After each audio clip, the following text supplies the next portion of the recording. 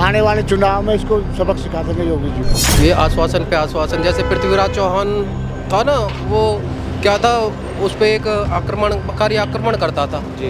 और जब उसे पृथ्वीराज चौहान पकड़ लेता था तो वो बार बार आश्वासन दे के छोड़ देता था कि भाई मुझे आपकी बार छोड़ दो, आपके हम आपका जो है ये काम आपके साथ नहीं करेंगे जी। ऐसे ही ये प्रशासन है, ये भी हमारे साथ ऐसे ही काम करता है।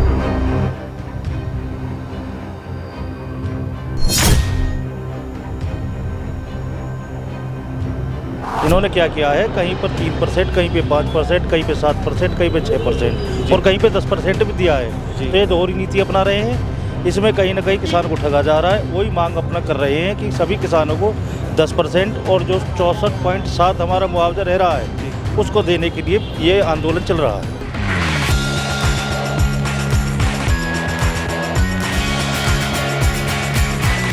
नमस्कार दर्शकों, आपने देखना शुरू कर दिया भैया जी गजब और मैं हूं जितेश मिश्रा।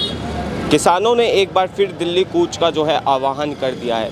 किसानों की मांग है कि जो संसद में सत्र चल रहा है, सत्र को रोकेंगे और पहले जो अपनी मांग है वो मांग पूरी करवाएंगे।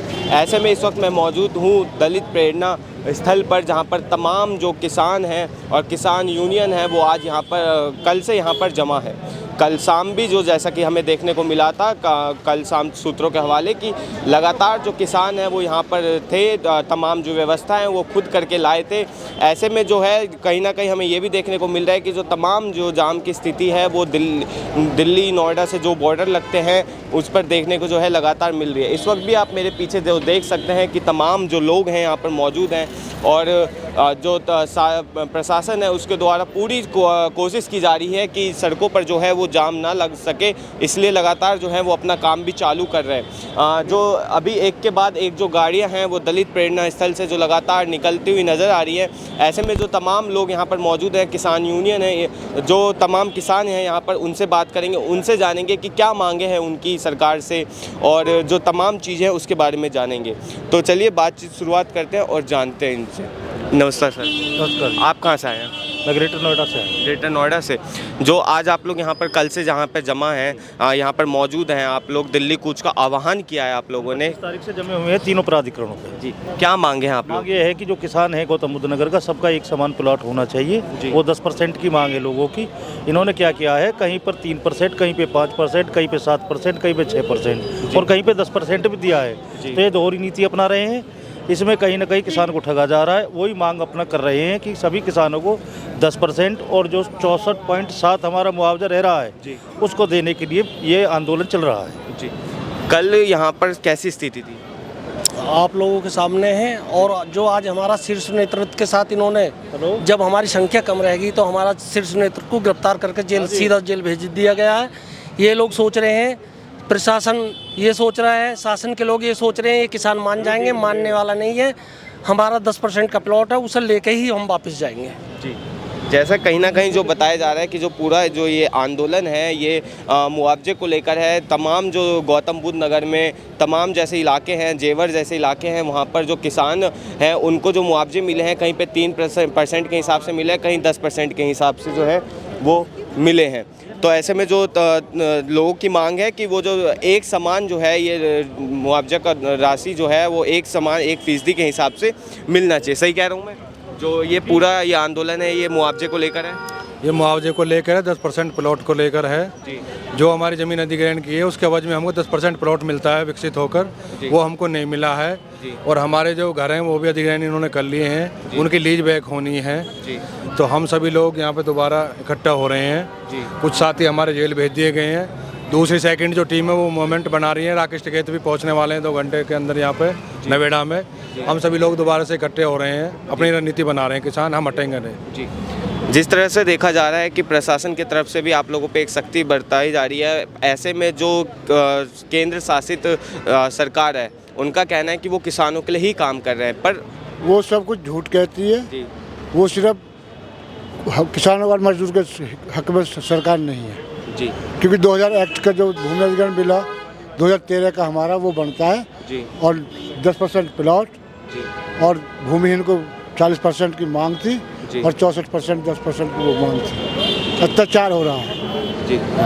कहीं ना कहीं जी आने वाले चुनाव में इसको सबक सिखा देंगे योगी जी को। जी, कहीं ना कहीं जो ये मांग है वो 2019 से जो है 2019 से ही किसानों का देखा जा रहा है कि किस तरह से जो लगातार है वो प्रदर्शन जो है, आंदोलन है, वो लगातार जारी है।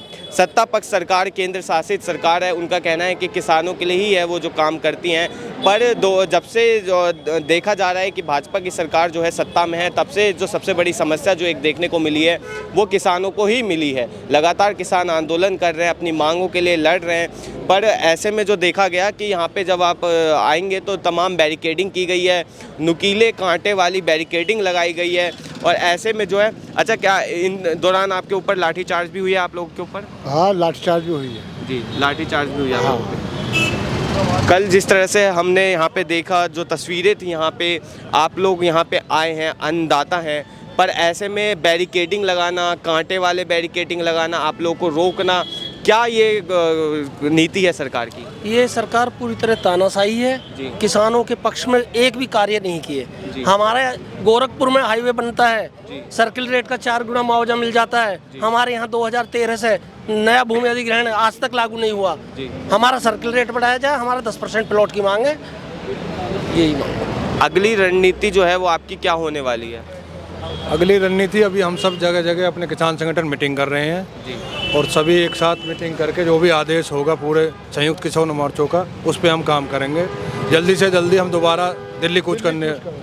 कल 12 बजे कल 12 बजे हम पूरे का पूरा दल बल के साथ दिल्ली के लिए आ रहे हैं और संसद भवन पर कूच करेंगे। संसद, देखिए जहाँ तक हमें जाने दिया जाएगा वहाँ तक हम जाएंगे जी।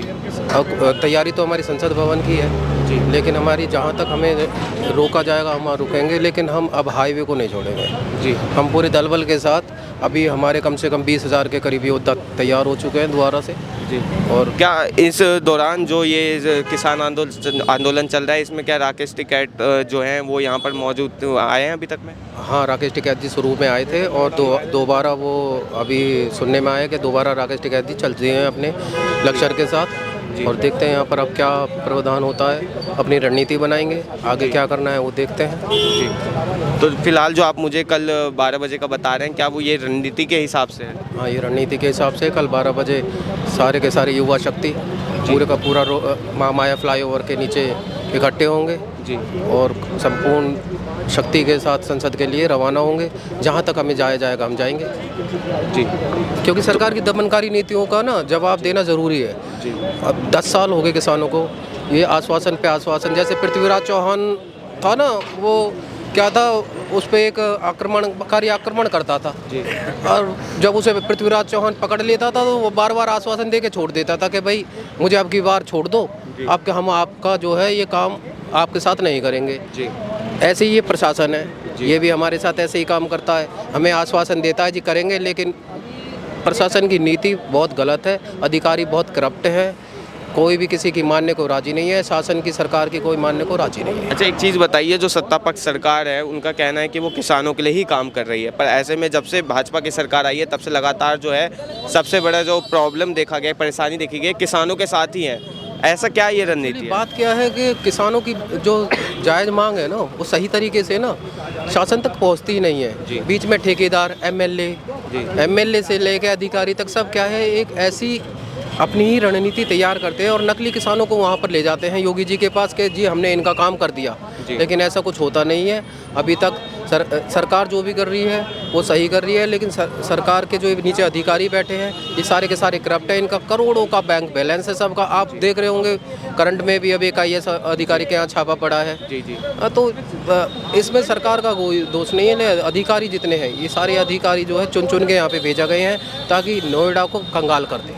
अच्छा, एक चीज़ बताइए, रात में भी आप लोग यहीं रुके थे? हाँ, रात में भी हमें। क्या कोई व्यवस्था थी आप लोग के लिए की गई सरकार की तरफ? सरकार की तरफ से हमारे लिए कोई व्यवस्था नहीं थी। शासन की तरफ से? कोई शासन की तरफ से कोई व्यवस्था नहीं थी, हमने जो कुछ करा स्वयं करा, स्वयं किया था। स्वयं जो तमाम फिर आपने खाने पीने का अपने या फिर जो टॉयलेट की सुविधाएं हैं वो कैसी थी यहाँ पे? देखिए, टॉयलेट यहाँ पे बना हुआ है, 2600 करोड़ का ये पार्क बना था, इसमें एक टंकी नहीं है पानी के ऊपर। आप भी चले जाइए वॉशरूम, पता चल जाएगा आपको।